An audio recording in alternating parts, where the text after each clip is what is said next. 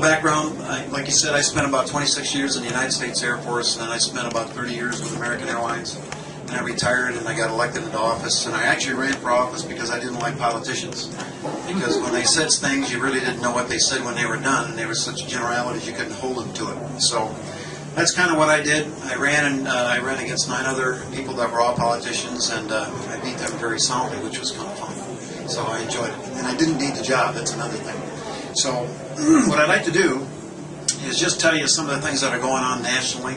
And I think what I'm going to do, since anybody here can go to CPAC, good. I'm going to use that little I got a dream speech right at the end here. But I want to go through some things that you need to know. At the RNC in Los Angeles, when I was there a couple months ago, a lot of things happened. About 10 to 15 years ago, there was only a handful of conservatives. Today, at our conservative breakfast and our conservative dinner, we had nearly 100 people out of 168 that attended that. So I'm just telling you, at the RNC, they're becoming more conservative, not more liberal, which I think is a good thing.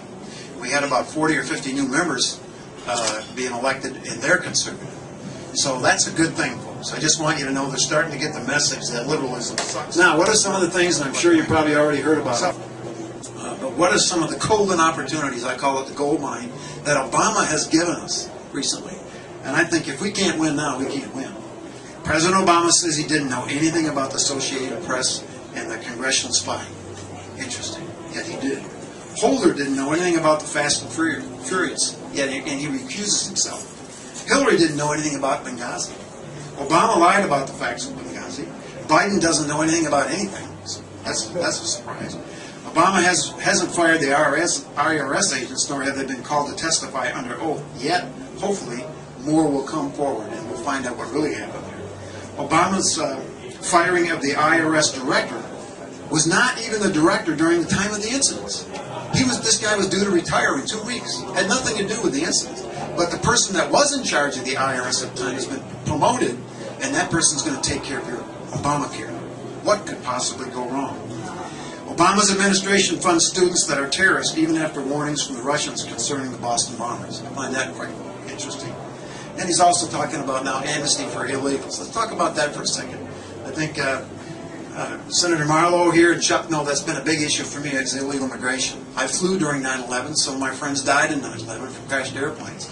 If 11.1 million illegals are allowed to stay, what will happen within a decade, they get to take their relatives, their brothers, their sisters, their uncles, their wives, whatever it could be. We estimate another 40 million will come within a decade. That's 50 million more people in the United States. What do we have now? About 315 million people? Right. Think about this. What's that going to do to Medicare, Medicaid, and all those things? And Obamacare, for that matter. It's going to absolutely ruin this country. Harry Reid calls all this a sideshow by us Republicans. And Obama apologizes to the Muslims, but lies to us, the American people. Folks, this should not be. If we can't get rid of a Democrat president now, we can't get rid of him. Add to this budget has doubled in 4 years. More debt than all the presidents combined prior to him. Interest on the debt in 2020, we estimate it's going to be about $800 billion, just on interest. He's promised to lower gas prices. What did they do? They went up 107%. He cut drilling permits on federal lands by 36%. He stopped the Keystone, and he closed huge portions of offshore drilling. Now, my attitude is, what would have happened if all that stimulus money would have been used to drill for gas and oil? Imagine what our gas and oil prices would be today and what kind of effect that would have on our economy. It would be grandiose effect. We'd definitely be increasing. In foreign policy, he shunned Israel. He gave weapons to the Muslim Brotherhood. He sold, what was it, F-16s and so forth to Egypt. You know where they're going to be used. Military, under the sequestration, half of the cuts were military. He intends on more cuts. So what has he really done? He is destroying this country, in my opinion, fiscally, morally, constitutionally, and militarily. Constitutionally. How many czars does he have? What does a czar do? He goes around Congress. So they report to him rather than go through Congress. It's just a gathering of power. He concentrates its power with these czars. Obamacare is not popular with the populace. I think most of you know that. It's about $810 billion in new taxes and cuts Medicare by $716 billion. He assaults our gun rights, our liberties via hate crime, our historical faith by eliminating from all government, and even tried to eliminate God. Already talked about that. He also is for Common Core and the NDAA. So, you can see there's a lot of things that have occurred. But some of the elected officials here might not agree with me on some of the issues I'm about to say. But I'm going to say them anyway. When I got elected, I didn't need the job. I think that's paramount. If somebody really needs a job, they'll sell their soul to keep it. So I sat down one night and thought, if I had a dream, because I thought of Martin Luther King when he said, I have a dream. I thought, if I had a dream, what would it be? And I'm going to read this, if I may. I have a dream that our president will defend the citizens from foreign terrorists and not let our citizens die. Benghazi. He lied, they died. I have a dream if you're caught here illegally, you can never become a U.S. citizen with its privileges. I have a dream that only U.S. citizens can vote in our elections. I have a dream that E-Verify would pass so illegals can't even get a job. And citizens would have those jobs and learn English generations before you should too. I have a dream that the citizens of America will realize that the Democrat mantra of making everyone equal and taking care of everyone's need is called socialism. It's failed in every country it's been tried. There must be incentive to work and achieve. I have a dream that the people of America will humble themselves and pray and not remove God from our nation so that we may enjoy the blessings of the Almighty God. I have a dream that we have less hyphenated Americans, but rather loyalty to America only, whose people love this country they live in without dual loyalties. I have a dream that Michigan have a part-time legislature like 46 other states have. I have a dream that America will one day be allowed to be self-sufficient and use our own massive gas and oil reserves instead of making countries wealthy that hate us. I have a dream that principles mean more to politicians than money or getting elected. I have a dream that the Constitution means what it says, not what some liberal judge says it means. I have a dream that we don't send the military into battle unless we let them fight to win with everything at their disposal, or don't send them at all. I have a dream that we stop killing our unborn out of convenience. We've killed 56 million people so far that aren't in the workforce, and they're not contributing. That in itself is enough to bankrupt Social Security. I have a dream that the government ceases from taking more and more of my paycheck, my Social Security, my health care, my guns. Don't mess with my guns. As a military guy, I can tell you right now, there's 3 things you don't mess with. You don't mess with my beer, you don't mess with my cigarettes, you don't mess with my guns. And any military man will tell you that. Those are 3 things you just don't mess with. And I have a dream that politicians actually tell the truth. Wouldn't that be great? I have a dream that political spin be acknowledged for what it is. Mostly a lie. I have a dream that our kids are taught American history, the Bible, and morality in our schools so they know how we got here and the importance of limited government and right from wrong, not socialism. I have a dream that kids produced by our American families know their moms and dads. They know who they are, who love them and support them instead of the government. It takes parents, most of them, not a village, to raise kids. I have a dream that people understand anyone can father a child, but it takes somebody special to be a father. I have a dream that the Constitution be adhered to by courts and judges, not by foreign law like Sharia law. That's anathema to our Constitution.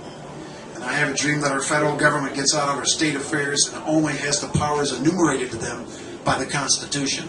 And you know as well as I do, we're losing our state rights from the federal government. I have a dream of freedom from excessive law, regulations, and taxes. And I have the dream that government shrinks and private businesses grow. I think the last word on that, 70% of the jobs created under Obama were government jobs. What kind of business is that?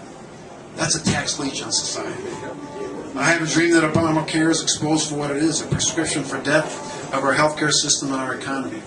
I have a dream that God raises up leaders that have similar dreams who will run for office and abide by their oath of office to defend the Constitution against all enemies, foreign and domestic. And that same dream, I dream that the American people will finally see Obama for what he is. One of the worst, most socialistic presidents that destroys us militarily, fiscally, morally, and constitutionally. I have a dream that government actually cuts its budget by prioritizing its spending. And I have a dream that once again we'll be that city on the hill that other countries will want to be like, not like Portugal, Italy, Greece, and Spain. So folks, I'm just telling you there's more to it. I won't bore you with any more. But I will tell you one thing. There was a guy by the name of Norman Thomas. He wrote this: "The American people will never knowingly adopt socialism, but under the name of liberalism will adopt every fragment of the socialist program until one day America will be a socialist nation without even knowing how it happened." He went on to say, "I no longer need to run as a presidential candidate in the United States or for the Socialist Party. The Democrat Party has adopted our platform." Think of that. And he ran for the Socialist Party. So, we're heading in that direction. I could go on and on about a lot of the things that are going on, but I will tell you this. You have to have humor wherever you go. If you don't have some humor, nobody wants to join a party that's always grumpy and mad at each other, right? You got to have a message. The question is, what is our message? I try to distinguish our message from the Democrat message. But I'd like to give you a little humor. Anybody here ever flown an airplane? Two of the ladies, three ladies. Oh, one guy. Have flown an airplane. You know, when you fly an airplane, when you get back, this guy's flown an airplane, I know for a fact. When you get done in the military or with the airlines, if you have a write-up in the airplane, you write what was wrong with the airplane. Right? So the pilot writes up a write-up, and it has to be signed off by maintenance. And the FAA is very specific on how that has to be done. But we do tend to throw a little humor in those stories. These are actual write-ups that have occurred by the pilots, and the write-ups that satisfy the pilot's write-up on the airplane from maintenance. I just want to read a couple of them, because I think they're hilarious. I know Jim will enjoy this. Left inside, this is the pilot writing this now. Left inside main tire, almost needs replacing. You can guess what the maintenance guy's going to write. Almost replaced left inside main tire. Didn't have one. Test flight okay, except auto land very rough. Auto land is where the autopilot automatically lands. The maintenance guy. Auto land not installed in this airplane. Imagine what that was like.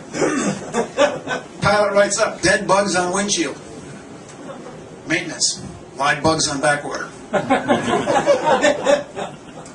IFF, that's identification friend or foe. They'll say American 919 ident. You push this little button and it lifts you up on their screen. It kind of makes a big, a loud splash or a bright splash on there so he can tell who he's talking to and knows exactly where we are.